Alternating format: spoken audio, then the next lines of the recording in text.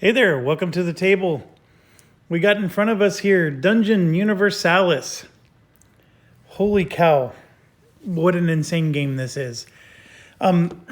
Normally I do setup on the first video and an introduction, and then we jump to playthrough in the second video. I'm going to try my best to do that still. I just don't know if I can do the whole introduction in just one video.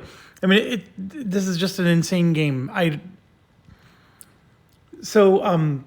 Dungeon Universalis, in a nutshell, is a system.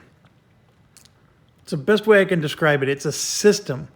It's not just sword and sorcery dungeon crawler. It is a system. And the only other thing I can think of that's a system like this would be like Pathfinder or Dungeons and Dragons, or you get an RPG book. Those are systems too. And let me be honest, reading this rule book was almost as bad as preparing for my Dungeons and Dragons group. Like reading about my characters and what the rules are and all that stuff. This thing has rules for being a dungeon master. It has rules for being, they call it the Dark Lord or whatever. It has rules, if you want to play individual, you want to play, if you actually want to do role playing, you can do that. It literally has everything. It uses a D6 based system, meaning that, you're going to roll 6-sided dice instead of 20. That does make, some of you might be really familiar with how dice affect, dungeon crawlers, but using a D6 based system means that the skills that your character gets is more important than the attributes. I'm not saying the attributes aren't important. I'm just saying the skills become more of a king in this kind of game. And that is true. Whereas if you're in D&D, you want the attributes. Like the attributes are more important than the skills. Because, you want to get those dice rolls up. With that being said, we're going to try to do the campaign. And I have the unique situation where I haven't received a new game in like ages, and then now all of a sudden I've gotten 6 in the last month. This game is like up against other new ones I also have.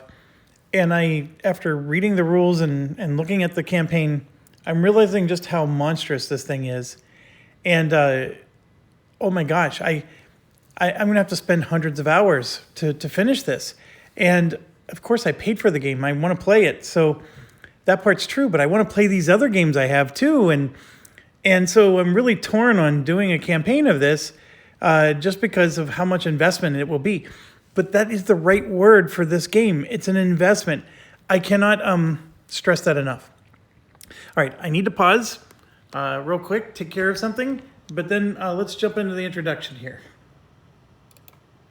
Okay, so this game has, like I said, many ways to play it.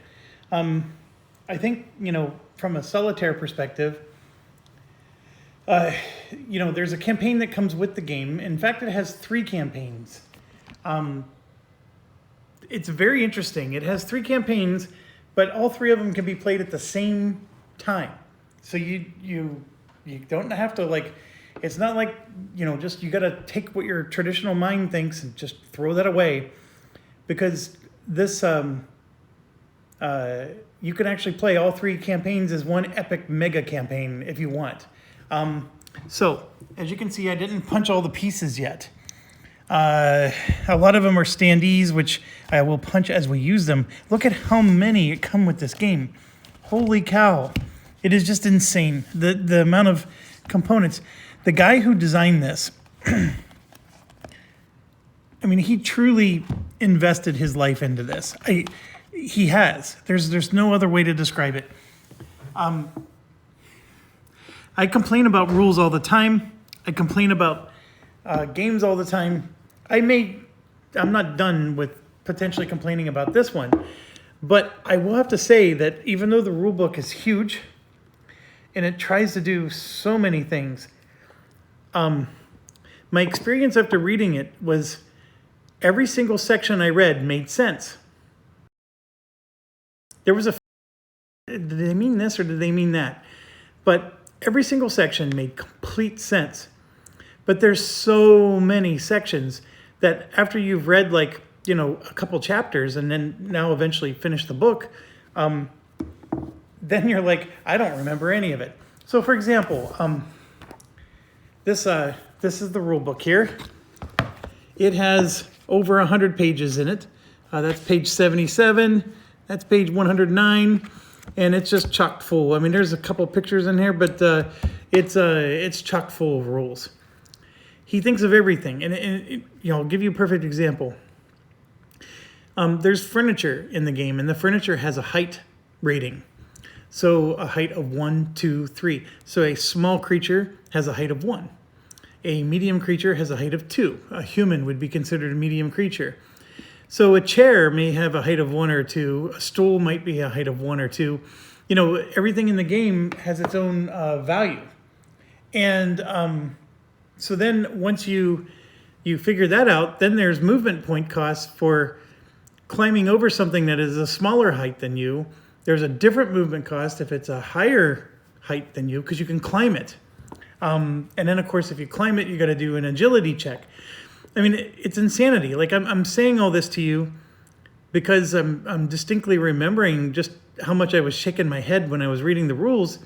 But all that's in there. Like, it's all in the game. There's even like a rule for if you have if you have a character that's trying to jump across the pit, you have to do like an agility check to see if you can jump the pit. And then there's like so many spaces you can jump, etc. If you fail the jump, you fall into the pit, and then you could potentially die, but you at least at minimum take damage. The amount of damage you take depends on how far deep the pit is, level 1, level 2, level 3. So you actually have that to calculate. And then on top of it, if there's another character in the game who has a rope, then they could do a save check, and you won't necessarily fall in the pit. And sometimes if there's a, you know, and in some cases, they may even be able to get you to successfully do the jump because they use their rope. And then if you have like these tools and a rope, you can make like a footbridge.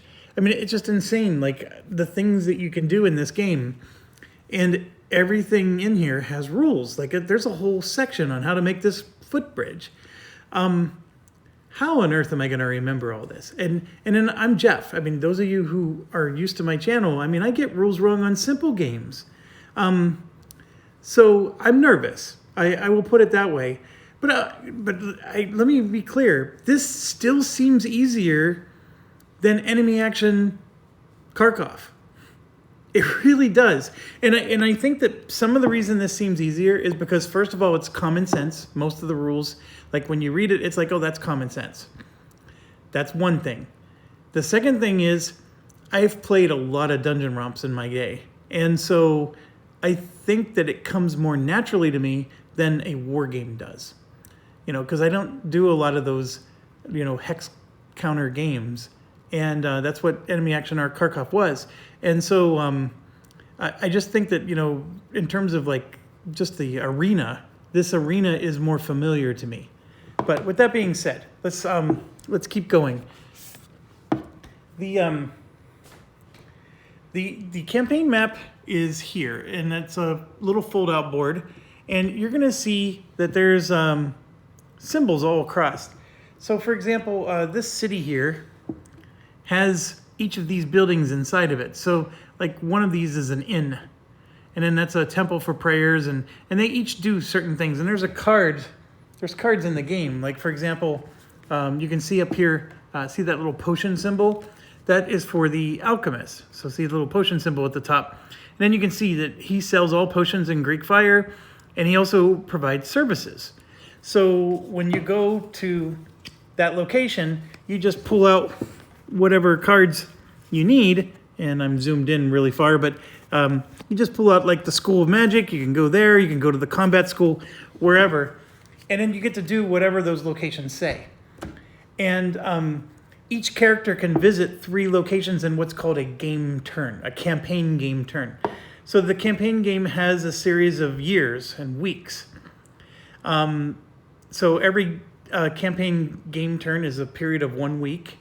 And And then, of course, you play it and you can, it could take years, before you're finished. There is a winter in this game that is 12 weeks long.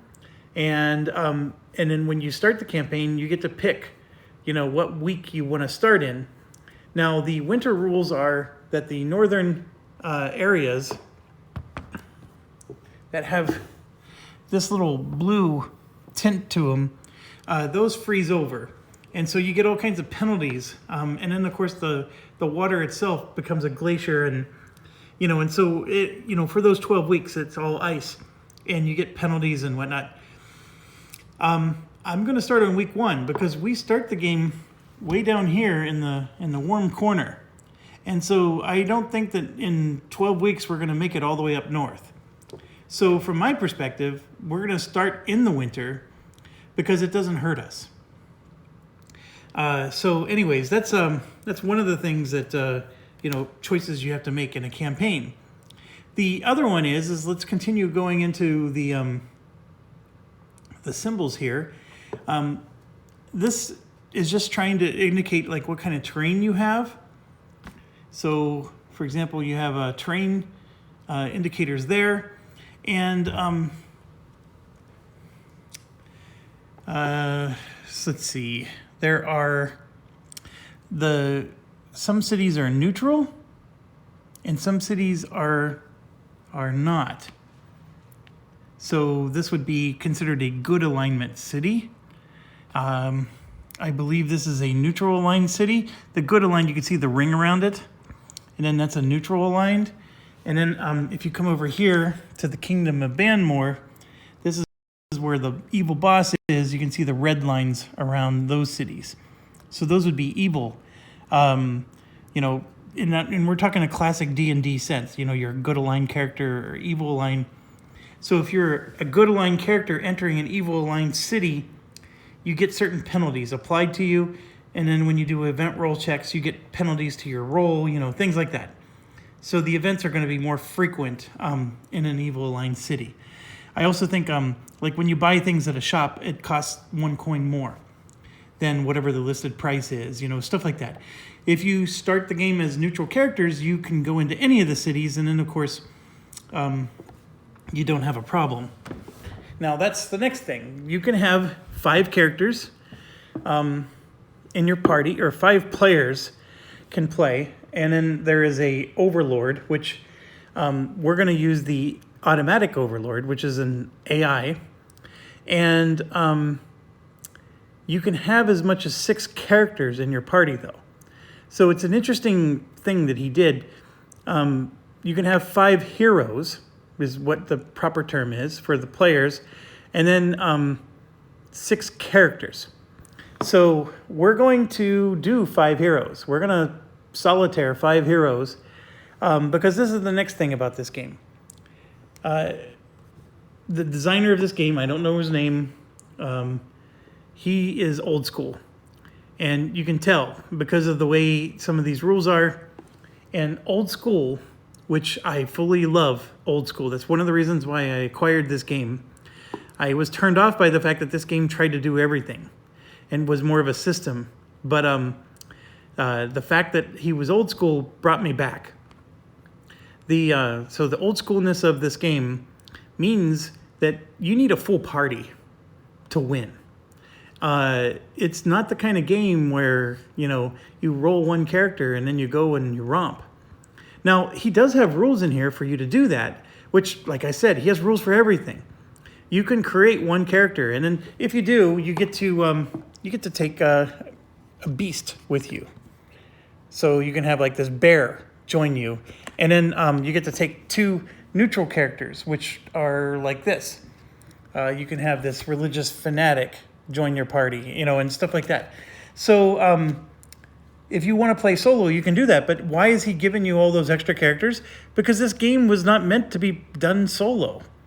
That's and when I say it's not meant to be done solo, I don't mean that you can't play it by yourself, because we're playing it by ourselves, and he even has a solitaire Dungeon Lord rules set. You can play this game by yourself, but you're going to control multiple characters no matter what you do. If you want to control just one hero, that's fine, but you're going to still get a pet and 2 mercenaries. And then if you want to control multiple heroes, that's also fine. That's what we're going to do. And so we're allowed to have 1 pet or 1 mercenary with our 5 heroes because we're only allowed to have 6 characters, and the pets count as characters. Now, there's one other caveat. Some pets, like this horse, you can see it says mount. A mount does not count towards the 6-character limit because a mount, its whole purpose is just to carry your equipment, because you do have a weight limit in this game, and so it'll help carry equipment, and it'll also give you extra movement points on the campaign map. So a mount is like a free thing. Now, nothing is perfectly free because, like, for example, to buy this horse cost me 8 coins, and then every time I stay at an inn, it costs me 2 coins in upkeep. So I have to constantly be paying money to keep this mount. And if I have 5 characters, each with their own mount, and that mount costs 2 coins each, I mean, I'm going to be spending 10 coins just to keep, and you have to feed your animals. I mean, that's really what this means. Now, like if you get this dwarf mercenary, for example, he costs 8 to acquire, but then you have to pay him 4. So he's like, he gets paid 2. So whether it's a pet or a mercenary, you're paying for them. So if you're playing as a solo hero, yeah, you got a lot of fees you need to pay to keep or they abandon you. So with that being said, as you can see, I had a bunch of them out because I was looking at the different mounts that you can get. So for example, the unicorn mount here is a familiar, so it's good for wizards. You have a goat mount here that is meant for small characters, which are dwarves or hobbits or halflings, and so forth. I mean, they even have like a moose, for Pete's sakes. And then, of course, there's mercenaries as well. And there is a deck of cards this thick, and those are all pets that you can get. You have eagles, dragon cubs, crows, monkeys, and great spiders. It goes on and on. Now, some of these giants you can't start the game with, but you can win them over. I think you have to have a certain type of character with a certain skill.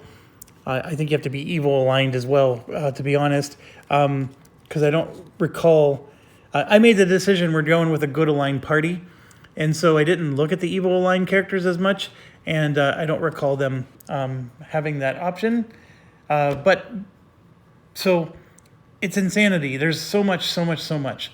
Now, the game comes with pre-designed characters.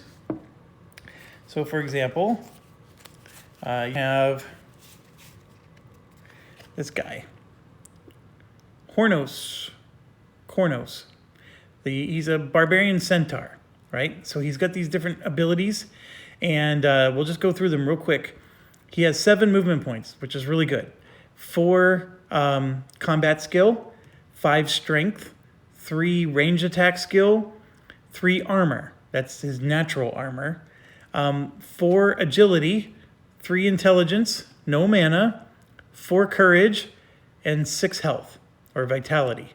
And then this thing here that you see is, this one's perception, and that one is, it'll come to me. I can't remember the actual title for it, but it's like luck picking. It's your ability to pick locks and dexterity, I think, is what it is. So it's a special thing that's used for when you have to do dexterity checks, like avoid traps, stuff like that. So this character is pre-designed, and he is a medium. Remember, we were talking about height, right? He's a medium height character, and he starts with 0 money, and you can see here his backpack. He's got 14 of 22 weight. And he starts the game with a studded armor, a shield, a bastard sword, a dagger, pack of provisions, healing herbs. So everything is pre-designed for you. And then you have this, where you can go through and, let's see, his name was Kornos. So somewhere in here is going to be his card. Or should be. Oh, come on. Did I pick one that's not in here? I guess I did. Well, these ones are cards that have, so the character has, like, for example, there's Don Quixote. He actually has a story behind him. See, in this one, you know, you could see Kornos here has a nice picture and stuff, but apparently he doesn't have a story. And then they also come with character traits. So they start the game with a special object, and then like this special trait applies to Don Quixote. So I thought every one of them had one, and so my apologies. I didn't count how many I had versus those. So let's see if I can find Don Quixote. I know he's in here.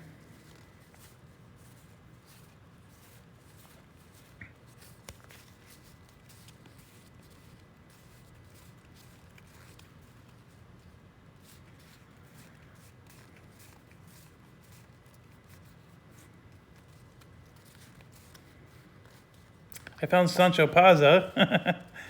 Oh, come on. Here, fine. I found Sancho Panza. So we'll use him. I don't know where Don Quixote went.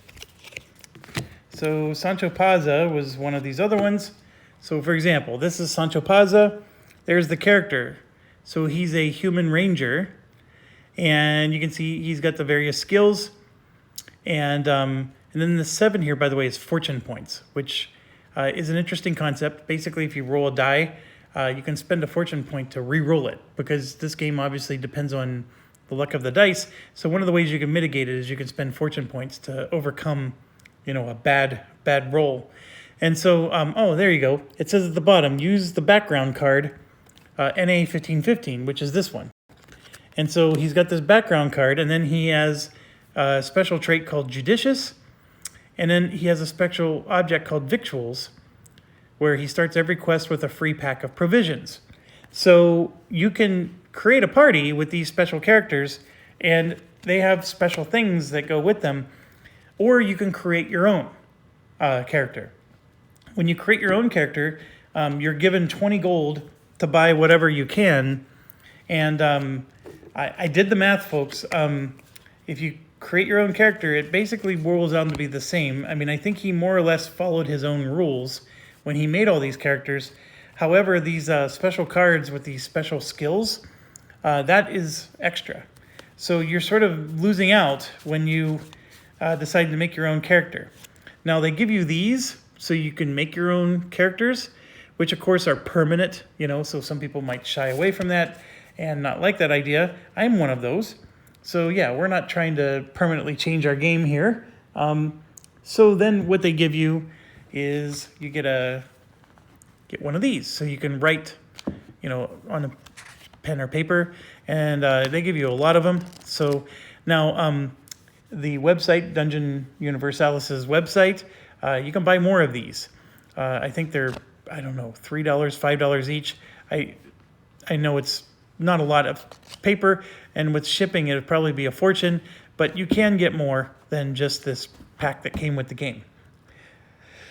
The other thing is that there is a bestiary book, which comes like this. So it shows all the different beasts that are in the game. And for example, if you're doing a scenario where you're up against the creatures of the night, this page is the only page you need, and all the creatures you're going to encounter for that scenario will be on these 2 pages. Okay, so it's really, really cool. You don't have to like flip through this book, because all these monsters are in the game, yes, but on a particular scenario, you may only have Dark Elves. So this is the Dark Elves, 2 pages of Dark Elves, and this would be all you would use. I thought that was brilliant. Now, with that being said, some scenarios could have more than one, you know, type, and so then, yeah, you'd have multiple pages. This is extra. You don't get this with the game, but you can buy it as an addition, and you get the Bestiary Cards. And so right there is that same Creatures of the Night we just looked at. So this is the same 2 pages. And so here's the information that was on those 2 pages, and then the Creatures of the Night have this little symbol, and then you can see the Lord of the Dead, you know, he's here, and then there's your undead champion, and so forth. And there's a wraith, and so all the creatures are also on card form. So if, you know, this guy spawns, you can pull out the card and you can see all the rules for just that guy without having to open up that book. So it's a luxury. It's not. This doesn't provide anything extra, although there is this thing called Legendary Encounters that you can only do Legendary Encounters if you buy these cards. I don't understand Legendary Encounters yet. I just haven't read up on it, but it is something that you get when you buy the cards that you don't get when you have the Bestiary. So another thing I wanted to point out is, okay, within the rule book, on the first page is a map. Same map that we're looking at there, but this map has flags on it. So you can see right here, I'm going to zoom in for you. See that little red number 1?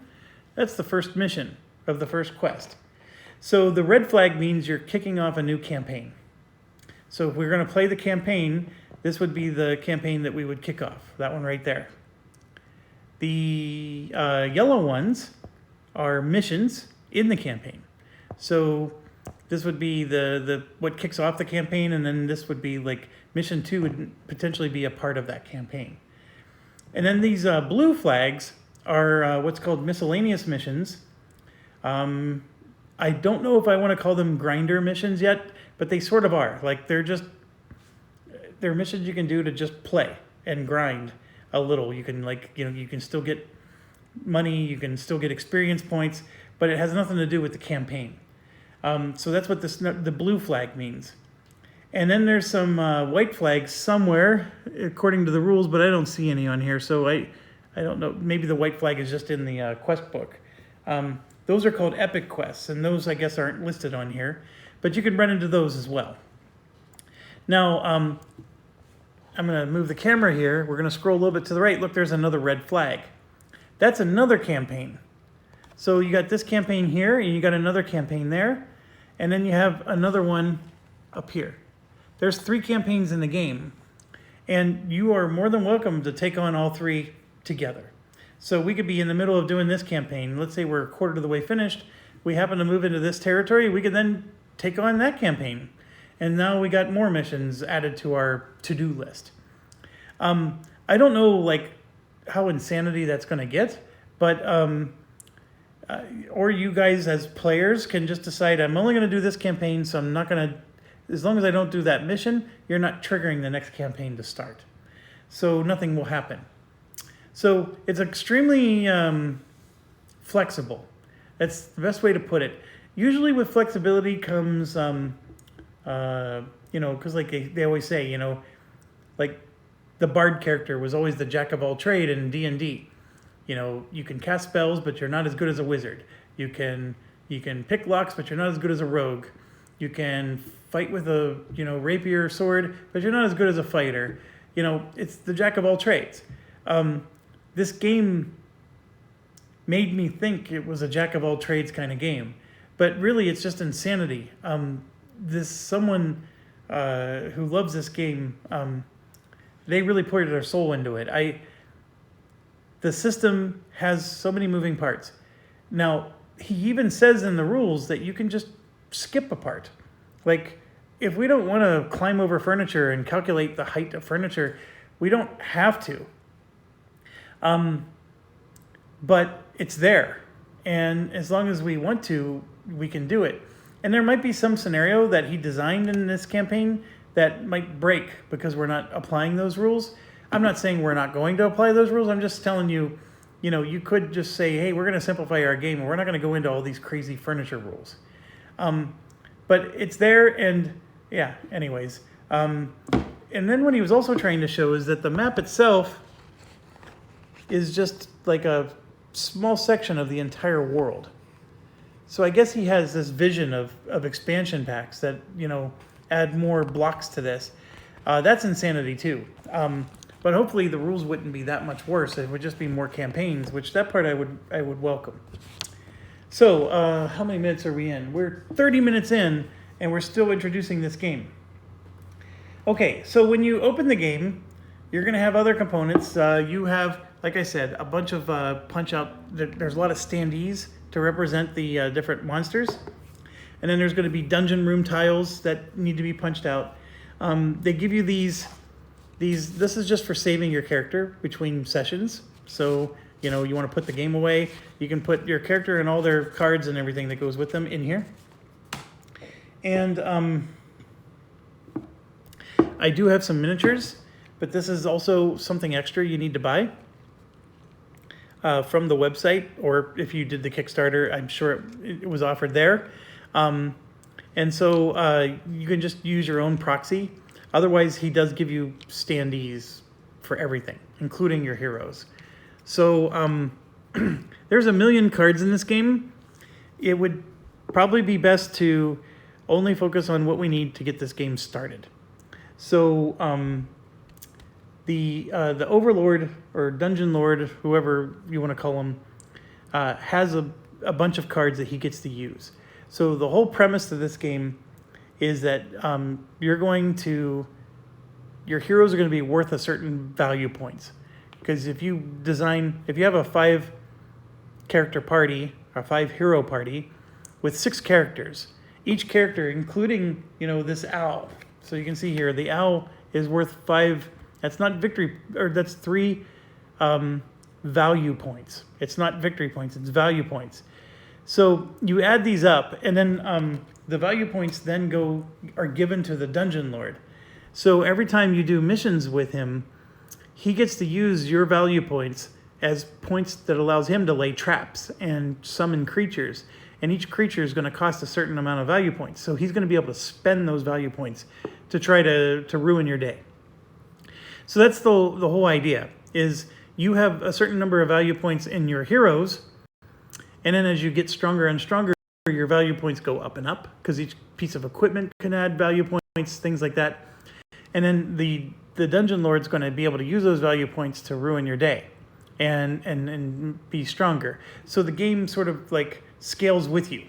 It's a really interesting concept. I hope it plays out really well. Obviously, I haven't played it yet.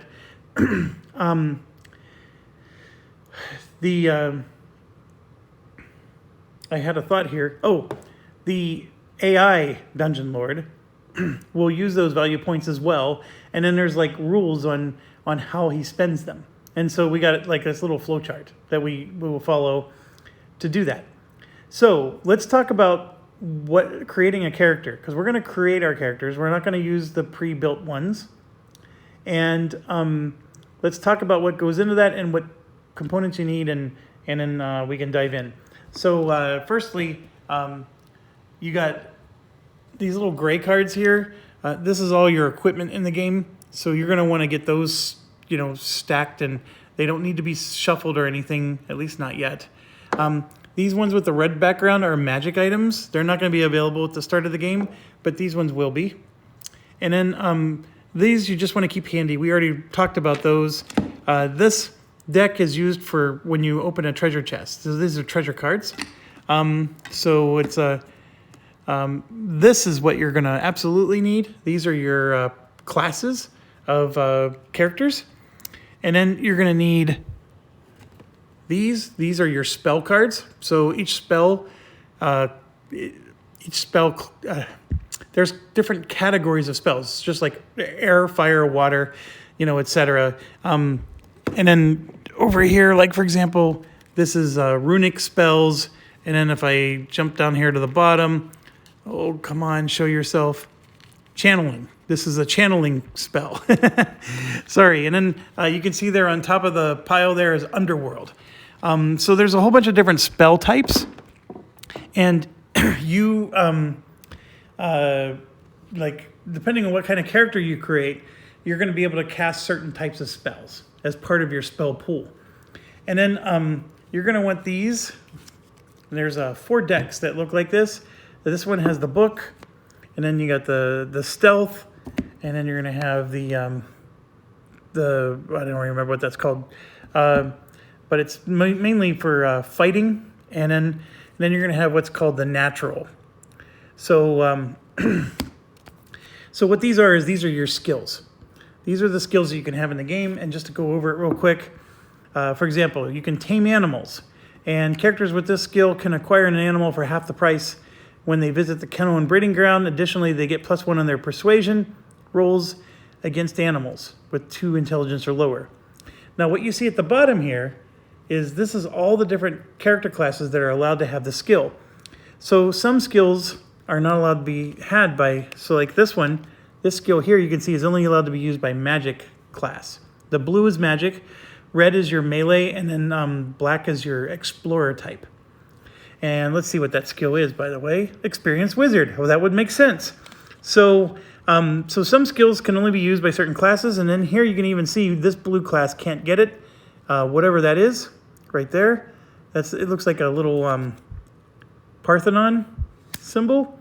So we'd have to go look at the skill deck and figure out what the Parthenon symbol is, and then we could see like what class can't do that. I'm looking. And actually, I'm going to take a quick look at that thing again. Is it a Parthenon? Nope. Okay. It's not the Bard. I just verified it's not the Bard. Which one would it be?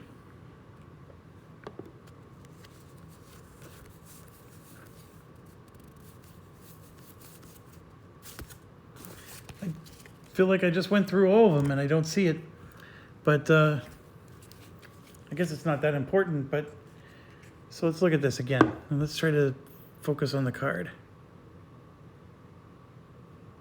Like, see, that looks like a little building, right? So you got the little skull to the left of it, and then you got the, I don't know, it looks like some guy holding his arms out to the right of it.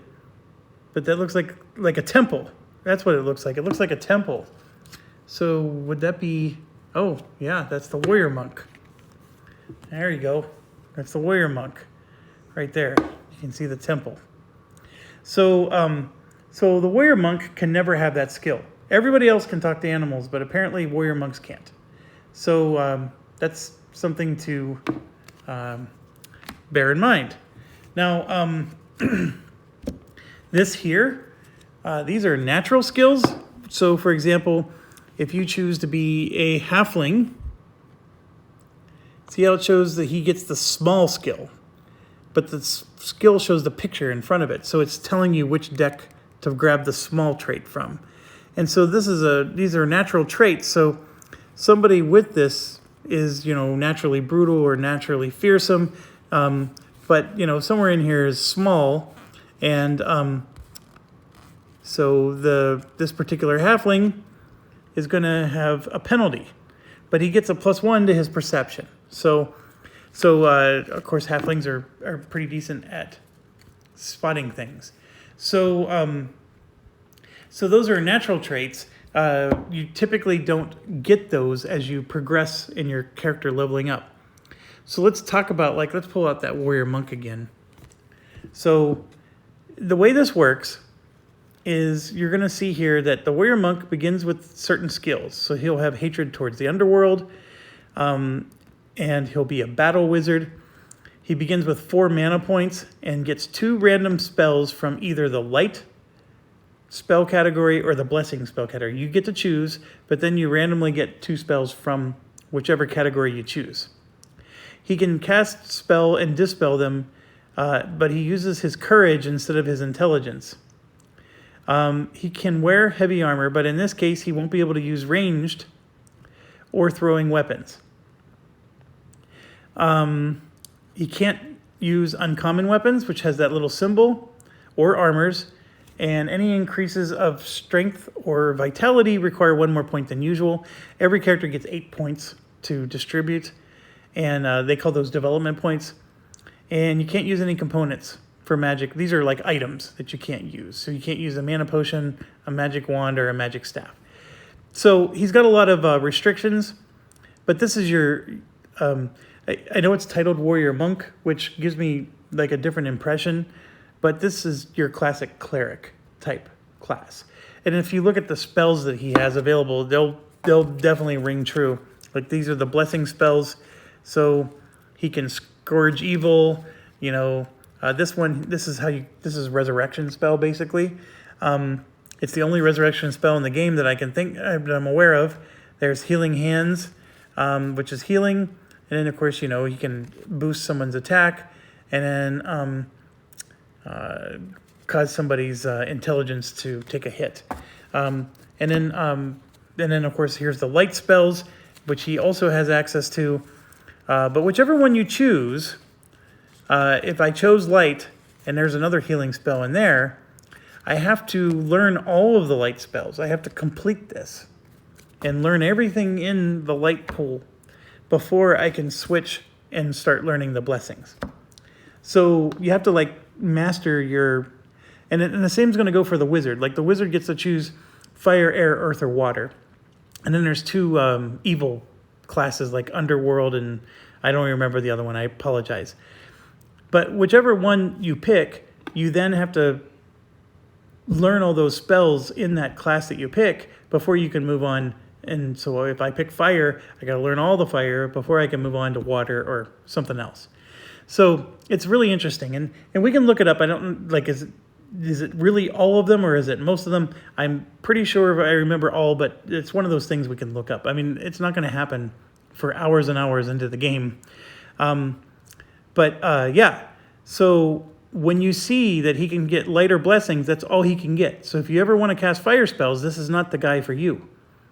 So those are some of the things you have to take into account.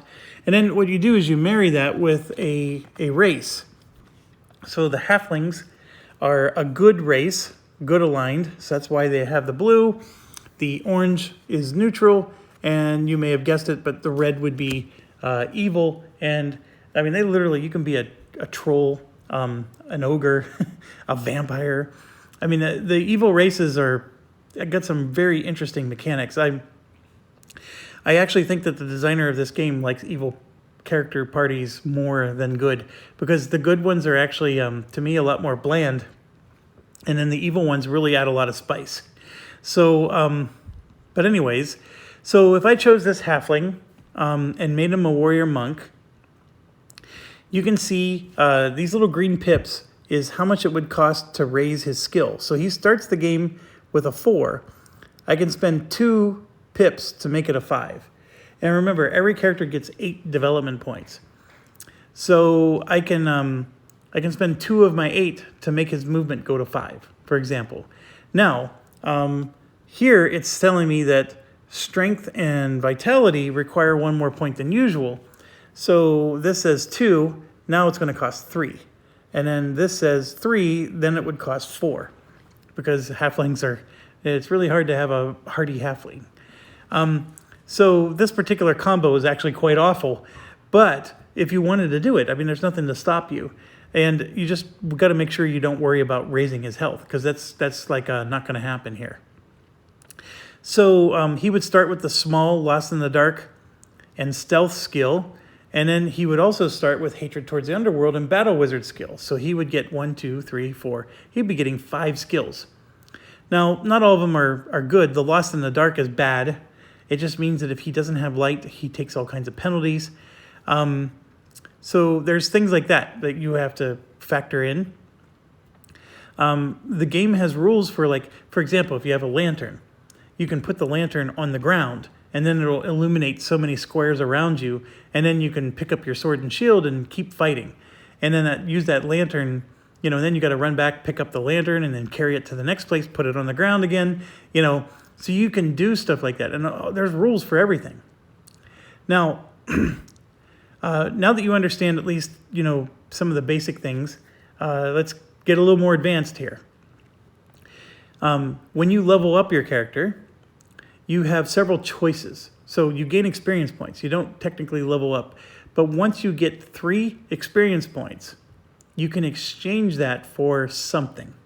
Okay, so one of them is a development point. So one of these pips. So let's say I never increased my combat. I stayed at 3 out of 5. I would need to get 6 experience points. 3 for the first pip and 3 more for the second pip. And then I can spend 6 experience points to change that from a 3 to a 4. So I can go up by 1 level. Now over here, if I only had 3 agility, I could just spend 3 experience points and go from a 3 to a 4 because, you know, it only costs 1 pip. So that's how you can improve these numbers. And the number on the right is your maximum number. You can't exceed that number unless you have a skill or something that lets you break the rule. So you can see there's your min and there's your max, okay? Now, another thing you can do is you can acquire more skills. And there's some pretty cool skills in this game, and you're not going to get to start with them. And then what you do is you would roll a die. And so as a warrior monk, if you roll a 1 to a 3, you get to pick a skill from this deck, which is your courage skills. And then if you roll a 4 or a 5, you get to pick a skill from this deck, which I know it looks like magic, but it's more than that. It's like, it's tricky. You know, it's there's some good stuff in there, even for like a fighter. And then the last one is Subterfuge. So that's your sneaky stuff, like being a thief or, you know, lockpicking, you know, stuff like that. Setting traps. So you can see that the warrior monk is tailored to, you're going to have an increased chance of getting an increase of one of these skills, and you're going to have a really hard time getting an increase of that type of skill, right? You have to roll a 6 out of 6. It's a 1 out of 6 chance. Now, there is a rule that, like, let's say I leveled up once. I spend my 3 experience points, and I rolled the die, and I got my 1 to 3. And then I get 3 more experience points. I'm now back to this again. I roll my die, and I get another 1 to 3. In that situation, since I've already rolled a 1 to 3 before, I can now pick either of these. So I can pick this one because, you know, I know it's going to be really hard to roll 6, so I could pick that one then. So you can eventually get what you really want but you're going to have to like earn enough experience points where you at least got something else first, and then you can pick the one you want. And then at some point, you're going to have picked one from all 3, and you don't even need to roll the die anymore because whatever you roll, you've already gotten it. So then I think you can just pick from anywhere. But initially, though, your character is going to have to develop down a path that is most conducive to the die roll. And I would have to look it up again. Yeah, let me look up something because I may have said something that may have been blasphemous. 1 second. Okay, so I was partially blasphemous. So the way the rule's written is if you rolled a 1 to a 3 previously, and then you rolled a 1 to a 3 again, then you get to pick anything you want. But then the next time, let's say I picked the 6. But then the next time I level up, if I roll a 1 to a 3, I would then have to choose the 1 to a 3 because the last time was a 6. So it's just supposed to remember what your last time was. I think that's like a nightmare to track because I don't think that there's an easy way to indicate which one you got last. I mean, you just have to remember. And when you're controlling 5 characters, that could be quite a nightmare. But this one, I think you can house rule as best as you want. Now, there's some more things to this. The next thing is the game has some other rules. So, for example, if I can't have a party of all halflings. So if I choose a halfling, no other character can choose halfling. No other. So, no, that's not counting these types of characters. These types of characters, you don't have to worry about that. If you hire the mercenary, they can be any race or whatever. But, so only one of our 5 heroes in our game can be a halfling. So I have to pick another race for the other 4. Only one of them can be a warrior monk. So that's the other thing, is like the class is the same way. So we can't have a party of nothing but warrior monks. And I don't know why he put that restriction in. I guess he realized that you can really break the game if you did. And that's probably true. It's also, it's a little smart on his part because he gives you limited components in some cases. And if you had a party of 5 warrior monks and there's only 1 copy of this spell, for example. So that's the next thing, is no 2 characters can have the same copy of a spell. So one of the challenges with the warrior monk, and in fact, before I hit record, I sort of put in my mind what I wanted to do. I wanted to make a paladin. But I can't... The Paladin uses the same two sets of magic, light and blessings. So if the Paladin learns those spells, then the Warrior Monk can't also learn those spells. Now that might be okay, because 2 schools of magic would take a really long time for you to learn everything in those schools. But having a Warrior Monk and a Paladin together in the same party, they conflict with each other. And let me just tell you that there's a lot of schools of magic in this game. A ton. So to have 2 characters that conflict over the same schools of magic, I'm not sure I want to do that. Like, I don't recommend it, in fact. This is one of those weird spots where, like, I really wanted a Paladin, but if I want a Cleric, they're going to step on each other's toes. So, like, one of the things I was looking at here is, okay, I got my Paladin that I really wanted, right? Now, you may see here, hey, it doesn't say he learns any spells. This Champion of the Gods of Good or the Champion of the Gods of Evil, either one of those gives your Paladin spells.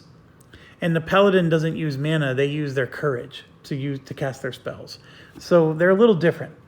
But this here is a warrior, which is almost like a Paladin.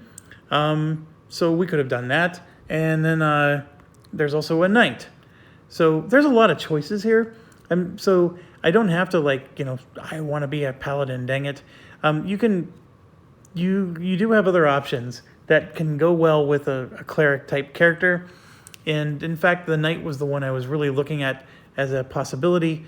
They just can't use any ranged or throwing weapons, so they're truly your hand-to-hand combat type of character.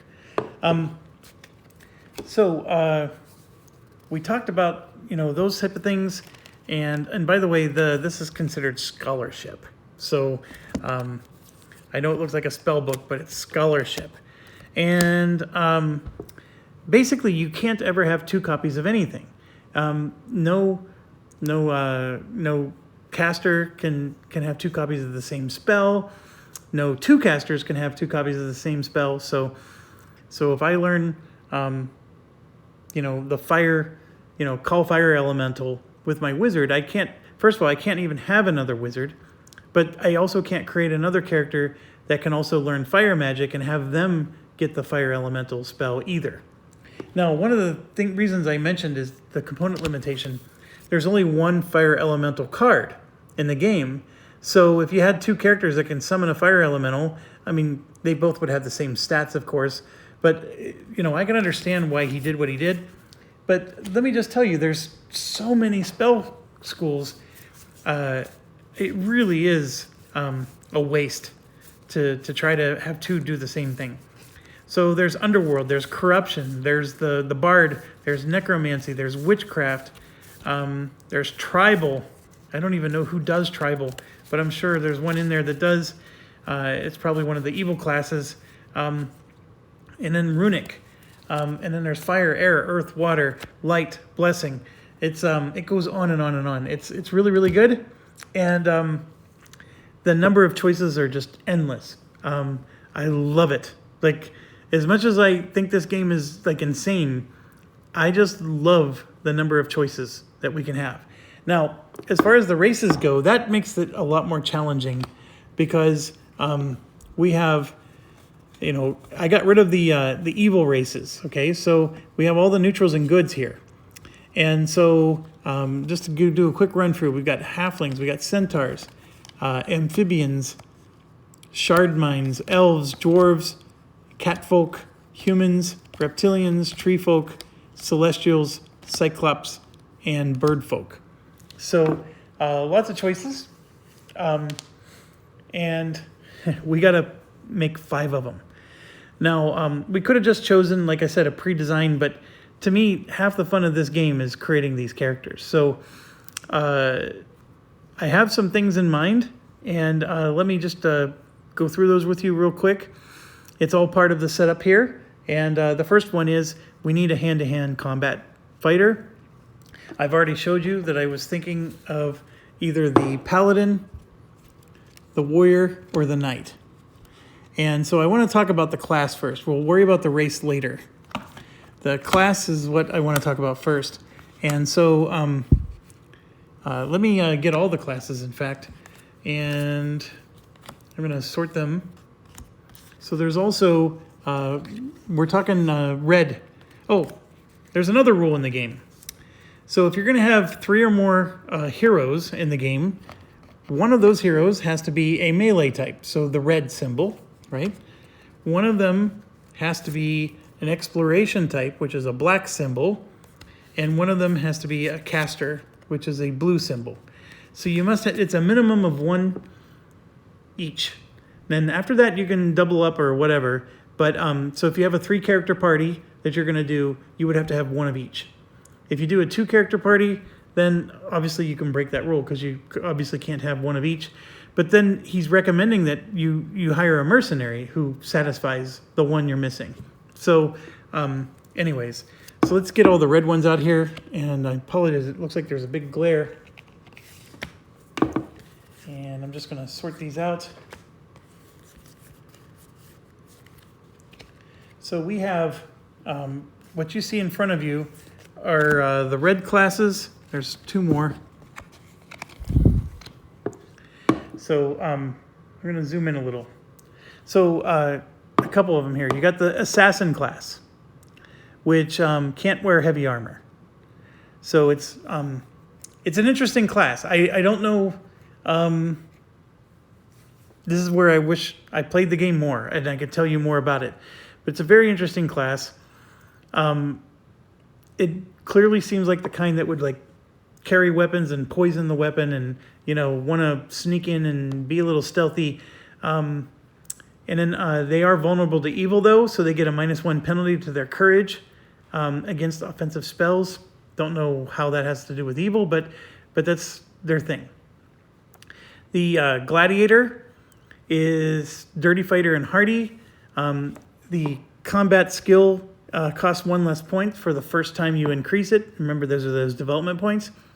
They also can't wear heavy armor and can't use ranged weapons, etc. And then they get -1 to, that's a dexterity test right there. That's the pick locks, things like that. And any increases of intelligence require 1 more point. And then over here you can see the Battle Dancer, which has this Dance Battler skill. It's the only one I think that starts with that. And Flying Jump. So there's 2 very unique skills. And, you can try to look them up if you want. They also can't wear any heavy armor or use ranged weapons unless they're throwing weapons. And then you have the Barbarian, which is, if we could do a 6-character party, I would have created a Barbarian for sure. They start the game hardy and tough, and if they're also a dwarf, they get Giant Killer. So clearly you want to be a dwarven Barbarian. I mean, it's such a natural fit. The first increase of strength requires 1 less point. They also can't wear heavy armor. Okay, so the reason I have these 4 in their own separate category is you may have noticed that none of them can wear heavy armor. And I'm going to create a party that only has 1 melee fighter. And that's going to be whichever one we pick here. And so that fighter needs to be our tank, and it needs heavy armor. So that's why these other 4 got ruled out. Now, I have gone back and forth, back and forth, back and forth. And you're going to see why I'm going back and forth as I start explaining these other classes. I only get to pick 5. I mean, normally what I would do is if I could do 6, I would do 2 casters, 2 explorers, and 2 damage deal, 2 fighters. And then that's typically when I play a video game, CRPG, that's exactly what I do. I can tell you right now, I always have a wizard. I always have a cleric type. Those are my 2 casters. And then I have a rogue and an archer. Those are my 2 explorer types. I will entertain the idea of a bard instead of one of those, but the bard would need to be good at bows or whatever to fill the role of an archer. Then the 2 fighter types, I almost always pick a paladin and then, just try to get a warrior or a barbarian or something else that just does lots and lots of damage. That is my perfect 6-character party, in just about every game. This one, we're limited to 5, but I did pick a Dwarven Mercenary as a potential, we can hire him to be our 6th character. And then he would also round out our we'd at least have somebody that goes up there and chop chops. and takes a couple hits.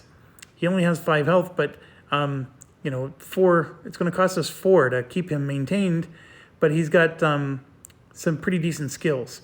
So that's where my mind is that we're going to maybe use a mercenary to round it out. We do have the ability to get a Sorcerer Mercenary, which will start with 2 basic spells from Fire, Earth, Wind, or Water. And so that could replace your magic user, but I think that's dangerous, and here's why. My thoughts is that the most boring class to play is usually the fighter, because they don't normally have a lot going on. You go up, you punch, you kick, you swing, you hit, and then you just keep doing it, and then you take as many hits from them as you can. Whereas the wizards and stuff have to be, there's more spell casting and going through all the spells, figuring out what's the right time to do it. The thief always has things going on. You're trying to backstab, you're trying to sneak around. There's always more things to do with the other characters, but the fighter types are more, you bad, me good. It's that kind of thing. There's also this human mercenary veteran, which also looks really good. He costs a little bit more, but I like him as well. So we have a couple things to choose from there. All right, so with that out of the way, I'm eliminating these classes because I want something that can wear heavy armor. I don't have anything in the game, anybody else in the game that's going to be able to wear heavy armor.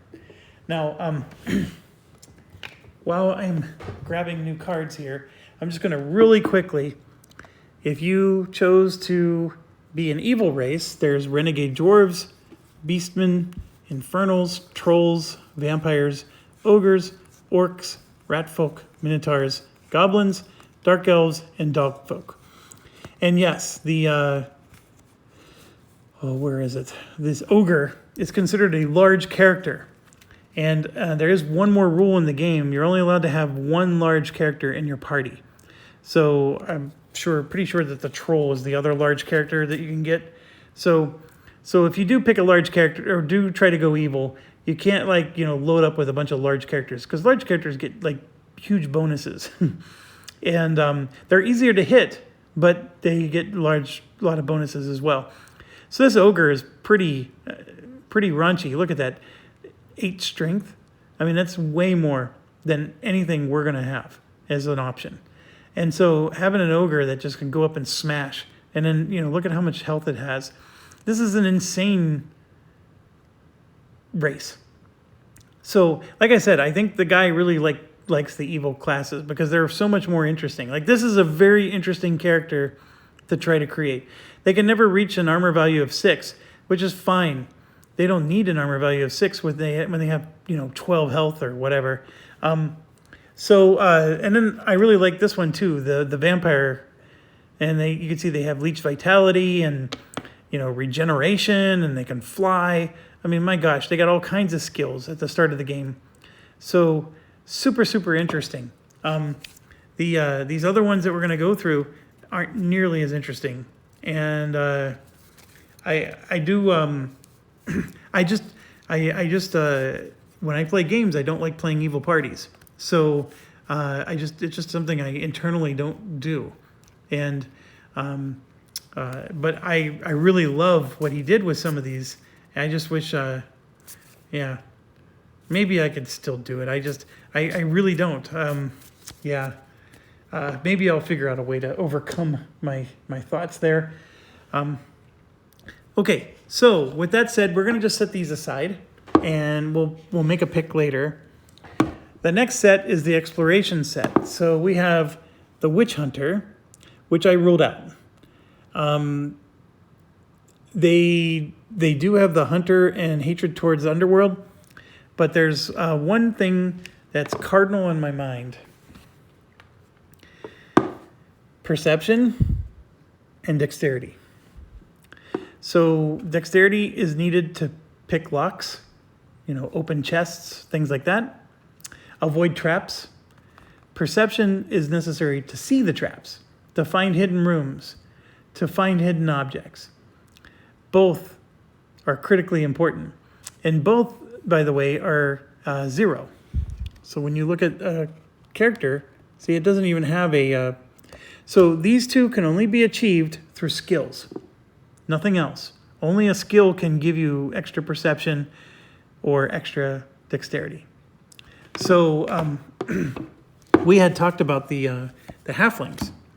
They started with the small, and they also start with stealth. But the small, let's see. I know I just had it. It was one of these natural things. Oh, here we go. Small. So small gives you +1 perception. So just by choosing this race and having that skill, the perception goes up by 1. So I would now have something in the positive for perception. And then, of course, you know, maybe I can get something that gives me positive in the other side as well. Because I want to be able to pick locks. I want to be able to do a rogue type character. And if I have a archer type character, I'm thinking like ranger, foresty, you know, archer, maybe they should have really good perception. Or is it possible to have one character that does both? And that's the thing that I was really honing in on, and I don't know if I can pull it off. I really don't. So I think I need one that's focusing on this and the other one that focuses on that. And that disappoints me in a way, because I would like to... I mean, at the end of the day, you need to kill monsters. And but I do think that a good archer-type class is going to be great at killing monsters. So it's not a complete waste, but the problem with rogue classes in any game is, unless you can maximize your backstabbing or whatever, rogues are usually like dead weight in a party. Yeah, they can get you past traps, and they can get you through chests, which is what you need. You always need somebody who can pick those locks, but they're usually not the best damage dealer. Now, I know there's some games that make exceptions, and the rogues end up being the best damage dealer in a party because they get critical backstab bonuses. This is not one of those games. So you do get backstab bonuses and stuff like that, but I don't think you're going to, you know, become a champion of the party. So with that being said, the Witch Hunter is too cute for me. It has a whole bunch of restrictions, and when I'm doing a party of 5, I don't want to manage those restrictions. So that one was out. Now, the Ranger really interested in me. They start the game with Scout and Tracker, and the Scout gives them a +1 perception. They also can begin with Battle Wizard. They would lose 2 fortune points and then start with 2 mana. And they get a random spell from either channeling, or from channeling. That's the only one they can do, is channeling.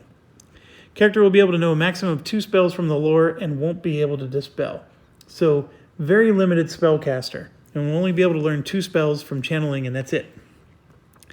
And they can't wear any heavy armor, and they can only increase their combat second time. If they do it the second time, it costs 1 more point than usual. So it's interesting.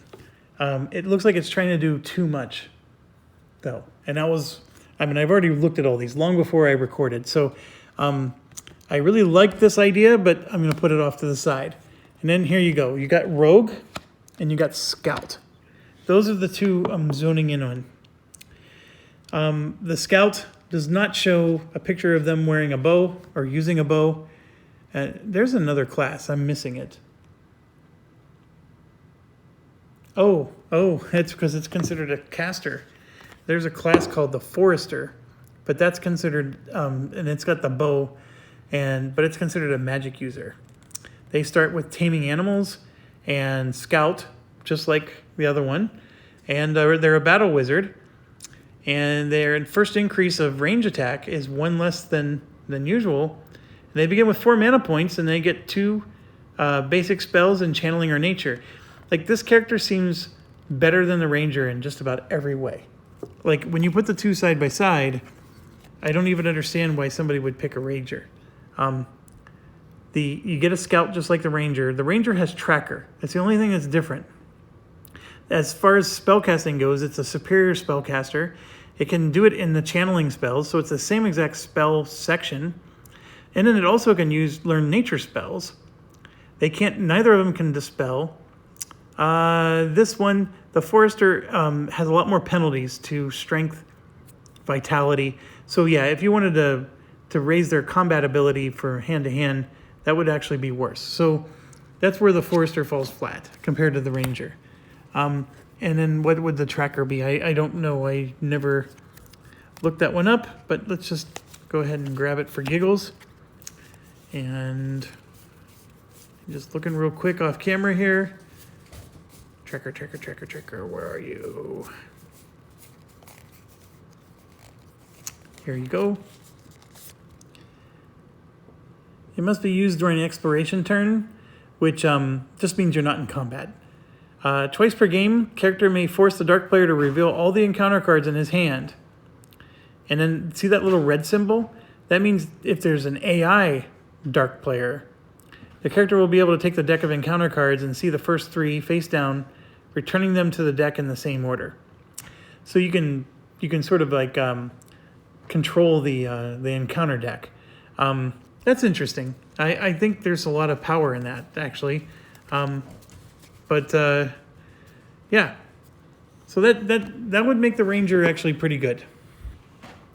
Okay, so here we go. The Rogue starts with Skulk and Mislead. Neither of those help with perception or dexterity. In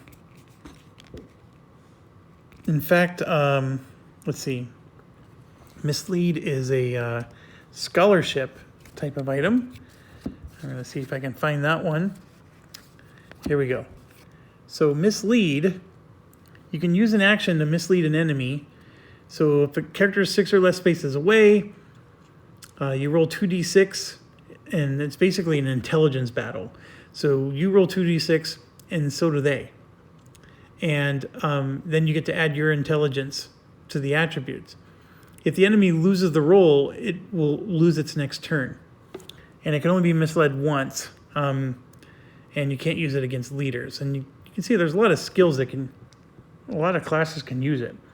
But the thief would start, or the rogue would start with that ability. So that's a pretty good one. Make somebody lose turn, but you need high intelligence. And right here, you can see +1 to your dexterity tests. So boom, you just flat out get +1 to being able to pick locks. And then Skulk. Character may skulk behind some piece of furniture, which provides light cover as if it's heavy. All that means is it subtracts a damage die. So if they were to hit you, they roll 1 less die for light cover, but now it'll be 2 less dice for heavy. Enemies who lost their initiative roll against the character suffer a -1 penalty to intelligence when the rule caught by surprise is applied. Large or huge characters can't use this skill. So that's fine. So basically you can't make an ogre rogue. Or if you do, that skill is worthless for them. All right, can't wear heavy equipment or shields except for bucklers. Can't use two-handed weapons. Any increase of strength or vitality requires 1 more point than usual. And the second increase of combat requires 1 more than usual. So you can at least get 1, but not 2. So it doesn't start with a whole bunch of bonuses to anything, in terms of like perception and lock picking, but it does at least give you the +1 naturally, and then of course it's your classic thief type character. So the question I sometimes am dealing with is, do we need this at all? And because I can have anybody pick locks, as long as I can get points in that dexterity skill, they can pick locks. And as you can see, the rogue doesn't start with lock picking, not even in the slightest. Now they do get a 4 to 6, right? A big range for the subterfuge. And then like if we pick the halfling here, the halfling starts with stealth and small. So we know small gave him a perception. And then stealth here, you can ignore the melee range once per combat. But basically, you can move next to somebody and they won't engage you, which means you can keep moving. This skill can't be used by large characters or while equipping heavy armor. When you're a small character, you can slip by anybody who's taller than you anyways. But this lets you slip by even more. Because even if you're trying to slip by another small character, they would engage you. So you can even slip by another small character. So stealth, again, isn't helping with anything particular. Now,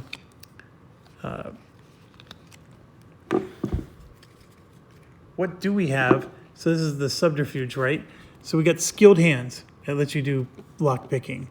We have locksmith, right? So, and then you can see here, only the black classes can get locksmith. So if you want to make a paladin that can pick locks, I mean, you're out of luck. But right there, you get +2 when trying to open locks stealthily. There's this hunter, it gives you perception, and again, it's just the black. This one actually could be anybody. Let's see. Eagle Eye gives you a +1 to perception, but only in specific situations, but the ones that matter. Let's see. Lucky Cautious Trapper. When trying to disarm a trap, character may wear a special breastplate. Yep. So basically your armor's up by 1 just for the purposes of... let's see. I would swear there was a lockpicking one that was different than... Well, there's Thief. You have a great ability to discover the most hidden possessions. You may reroll results of 1 or 2 when searching corpses.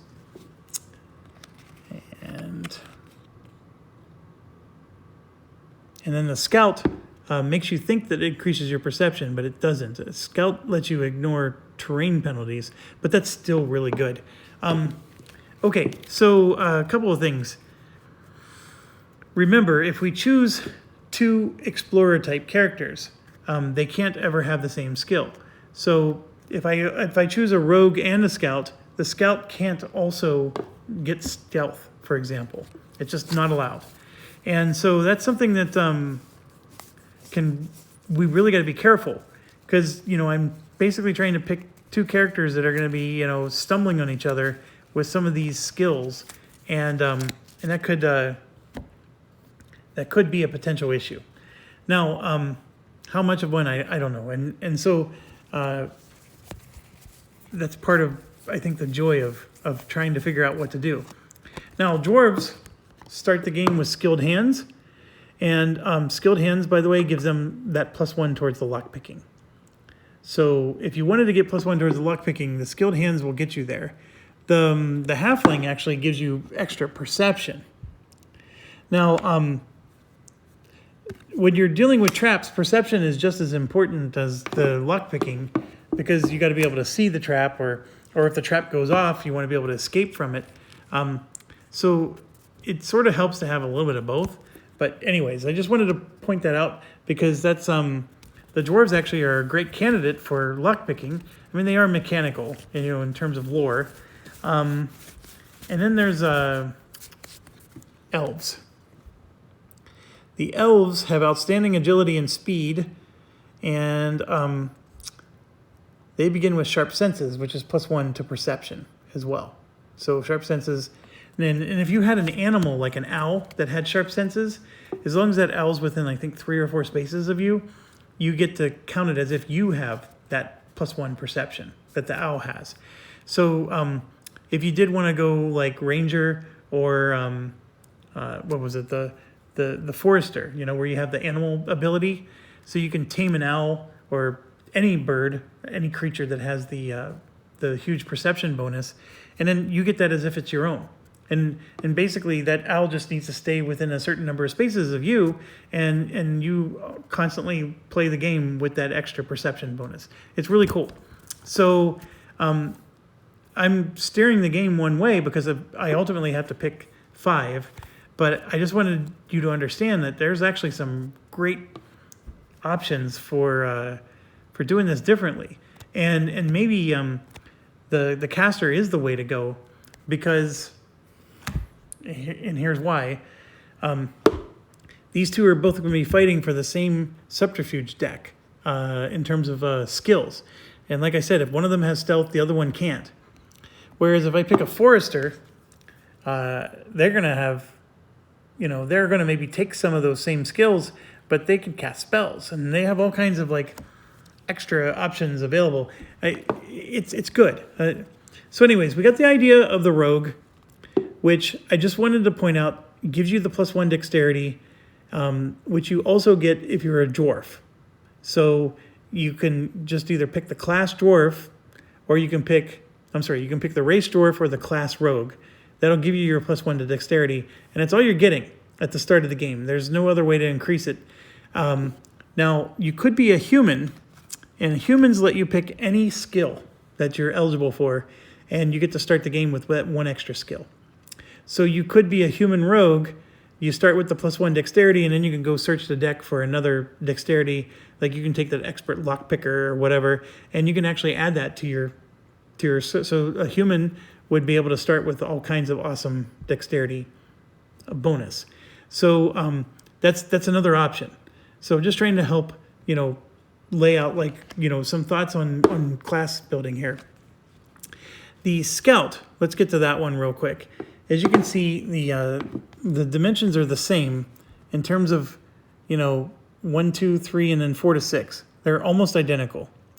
They begin with Eagle Eye. Eagle Eye is the perception bonus. So that's different than Sharp Senses. So Sharp Senses is another perception bonus. So the two of them together gives you a perception bonus of 2. So if you made an Elven Scout, which that's pretty thematic, I really love that about this game, you automatically start with 2 perception. Now, you're not going to have the ability to pick locks, stuff like that, but you'll at least have the ability to spot traps and do stuff like that. Now they get the first increase of move and archery requires 1 less point than usual, and any increase of their strength does cost more points, but they basically have everything else you're asking for. So the million-dollar question is can we get away with just a scout and make the scout play the role of the thief, the lockpicker? So when they do level up, they can get some lockpicking abilities. And my answer was no. It's a no unless, well, actually the answer is yes. I apologize. The answer is yes. The question becomes is, do you want them to be your archer? So here's what I was thinking. I was thinking of having both, where the rogue was going to be the lockpicker and this one was going to be the archer class. With the archer class, there's a whole bunch of skills in this section, the little lion section, that there's a whole bunch of skills that improve like aiming, accurate shooting, lethal shot. I mean, there's a lot of stuff you can get skill-wise that can boost you into being a really awesome archer. And if you're spending points doing that, you're not spending points getting the ability to pick locks. So it's almost like you have to choose one or the other if you just go with a single character. Now, you could argue that, well, that's why you would choose a ranger, right? So then he can be the archer. That's true. Or the forester, they even show her wearing a bow or having a bow. She could be, a spellcaster and expert archer. Yeah. Because one of the things is you can't learn new spells when you level up. That you have to go buy at a shop. So you're not, just because you're a spellcaster, these skills are going to still be something else. They're not going to be, like when you pick this middle one here, you're not learning a new spell. You're just learning, a skill that could help you in one way or another. So the thought there is okay, we have our rogue type who can pick the locks, and instead of a scout, The scout does start with the eagle eye, which is really nice. Or maybe we only have a scout, and then this scout actually becomes our lockpicker as well. So they're not going to be real great at fighting, right? Because all their skills are going to be in perceiving and picking locks, but they're not going to necessarily, provide much else, because we're not going to be able to raise their skills everywhere, right? We can only do so much. But if I don't make a rogue, then I can that frees me up, so I can have a second fighter type, or like I said, make a specialized bow type person. So I know I'm being really long-winded and over-analysis paralysis on this, but this is what I enjoy about this game so far.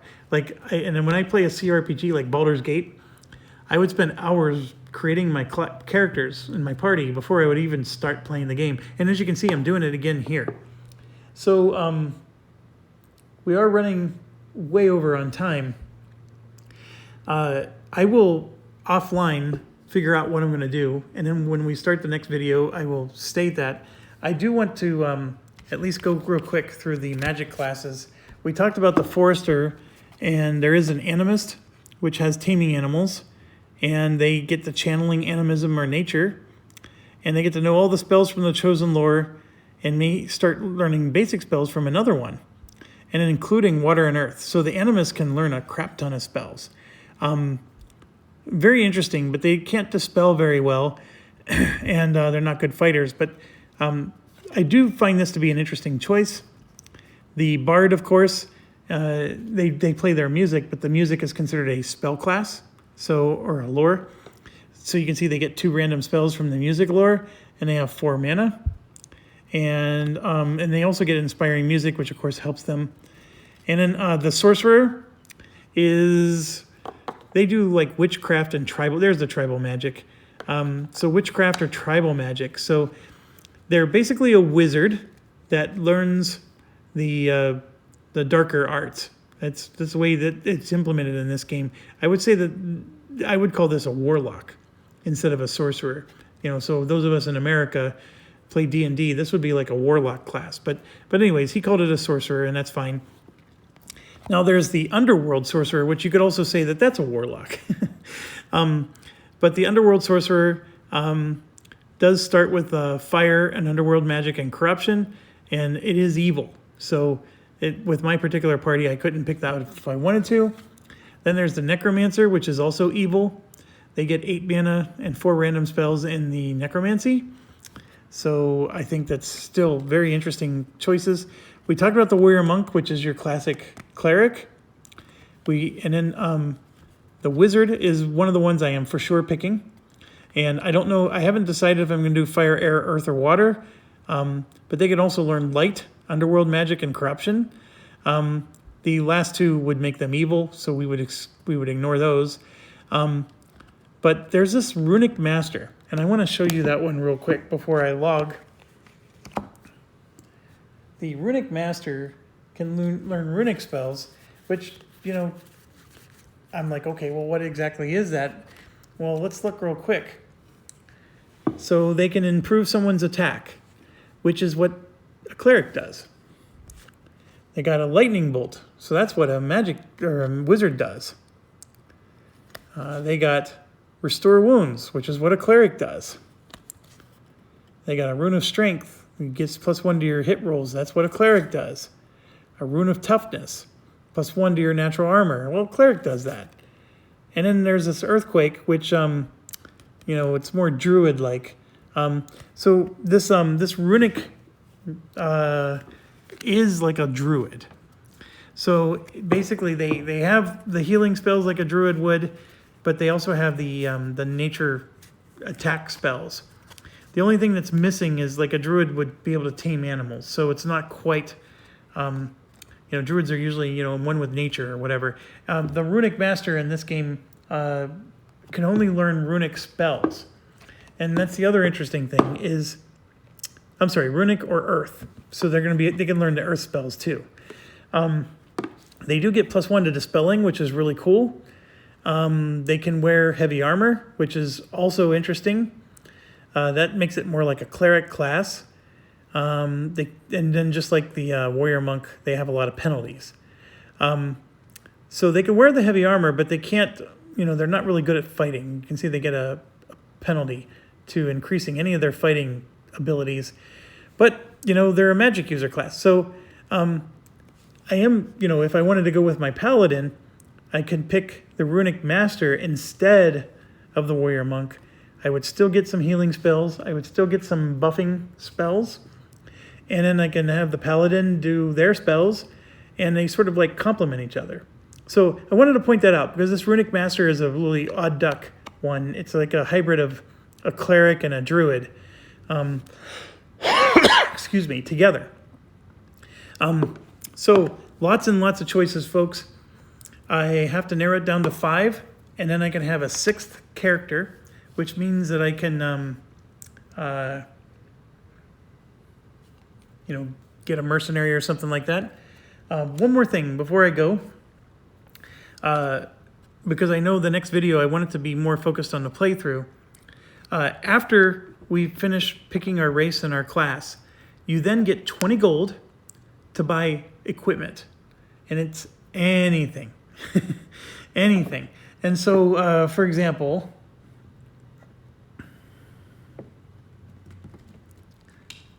these are all the ranged weapons, right? So this is the ranged weapon deck.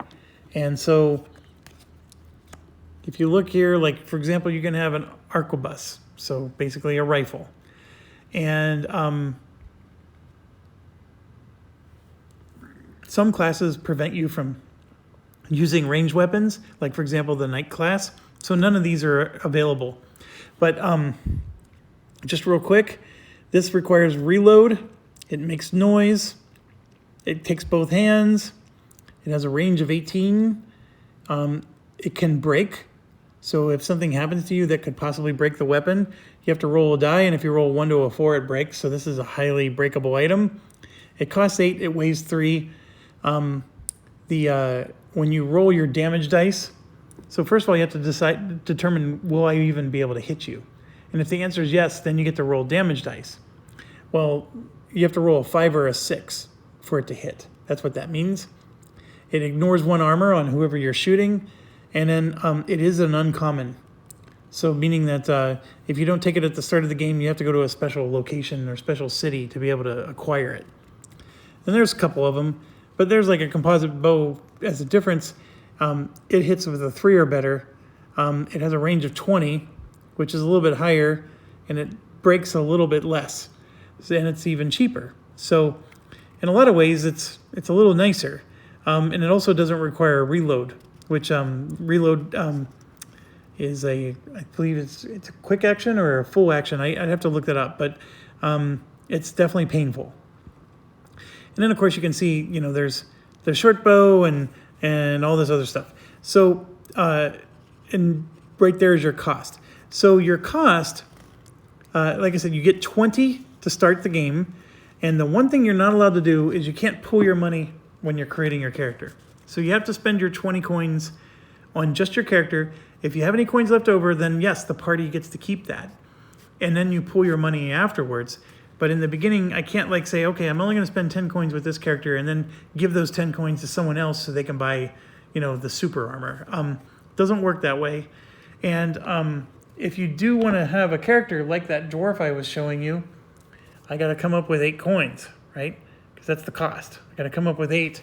And that means that's 8 less coins I'm spending on my character. And now I know I showed you the ranged weapons category. There's also shields, there's armor. But this category here is where the insanity of the game is. This is just miscellaneous stuff, which is different than the potions, right? So the potions, you got strength potion, there's mana potions, there's all kind. Look at how thick that deck is, and you can buy any of these things. These are consumables, of course. They're one use and done.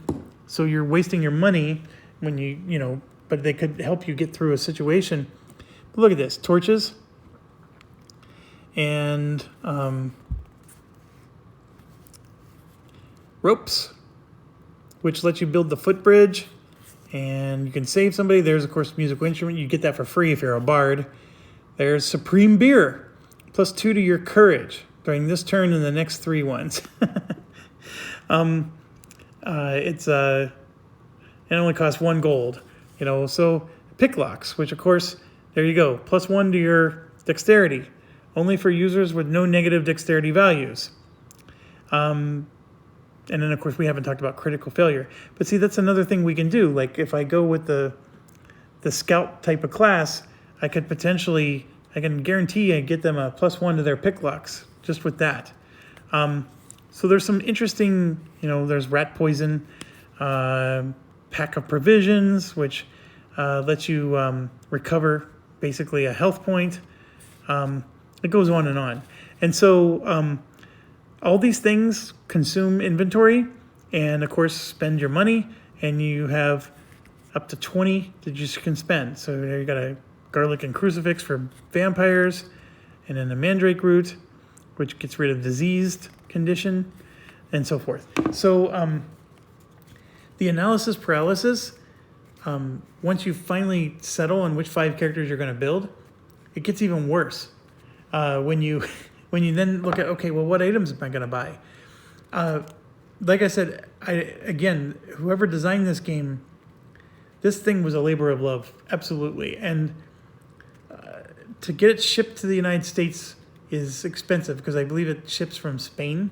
This was designed in Spain. I think this is a $200 game, and it's almost another $100 to have it shipped. And it's a very heavy box. So you're talking $300 for this game. That was with the miniatures, and I got the extra Bestiary cards. So I did pay for a little bit of extra bling, but that is not a cheap game. But with that being said, if anybody were to complain and say they didn't get their dollar's worth in terms of components, you're nuts. I understand that, do I really need to have all these items? In fact, it makes the game a little worse sometimes because it's too much. But I understand why they did it, because this is a system. And so if you want your party to have these items, it's there. Like, he thought of everything. I mean, there's even these pickaxes that you can use to... I don't even remember what they do, but like the pickaxes, like... They're like a tool. So you carry these tools, and it will help you in this one unique situation. Anyways, I'm starting to sound like Rado and getting a little long-winded here. So yes, you can buy anything. You're just stuck within your 20 coin limit, and you can also buy uncommon items, which after the start of the game, uncommon items, you then have to go find them. They're not just available anywhere. So this is your one shot at buying uncommon items, but of course an uncommon item is going to be super expensive, right? So you gotta take the good and the bad with that. So one thing I wanted to point out here,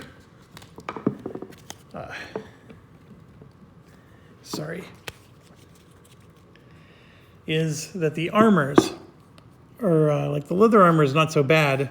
But then when you start getting into this nice elven armor, right? It's really good armor, but it's 15 out of your 20. So yeah, you can deck yourself out with a really awesome light armor, but that's all you're going to buy. The scale armor is half your money, and then the chainmail is, slightly less. And then you got this, which is an interesting item. It gives you +2 armor. That's 16 of your money. And look at this, -1 to your perception, your picklocking, your dexterity, and then -2 to your ability to use a ranged weapon. But maybe, if you pick a fighter class that can't even use ranged weapon, this doesn't even bother you. Then you got, there you go, full armor. There you go. You can start the game with no weapons. And you get a -2 to everything else. That is insanity. And yes, your movement points go down too. And then there's a superior armor, which also, there you go, that's 20. So you can go really crazy. Oh, there's one you can't even afford. 25. So the armor really restricts your your ability to move, and your perception, and your lockpicking, all that stuff, which makes total sense, right? How can you do all that when you're wearing these armored gloves and, you know, you're not going to have a lot of mobility, if you will. So, I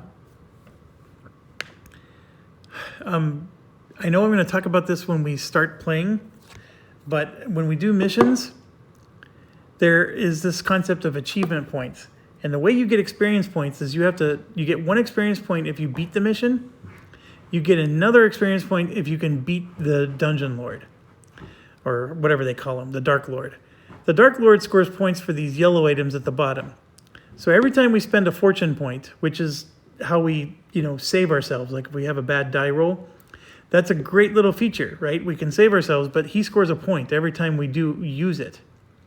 And then every single turn, until we open up the main room door, every single turn, he gets a point. And then if he ever knocks anybody out, you might as well just restart the mission, because he gets all kinds of points for that. Now we get a point for every regular enemy slain, +2 for every elite, and then +3 for every champion. And then 2 more if there was a leader.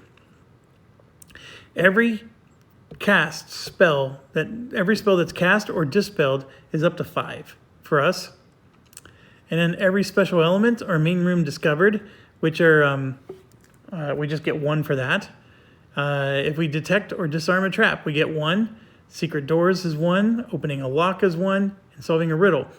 So what I want you to see here, the reason this is important for character creation is why I'm obsessing so much with the rogue and the scout. More than anything else was because look at where the points are coming from. Perception and lockpicking and disarming, right? So, I mean, I know you're supposed to like play RPG games to enjoy, you know, the role and whatnot, but I can't help but look at what the victory conditions are, you know, and what does it take to min-max this game or to you know, to get that advantage.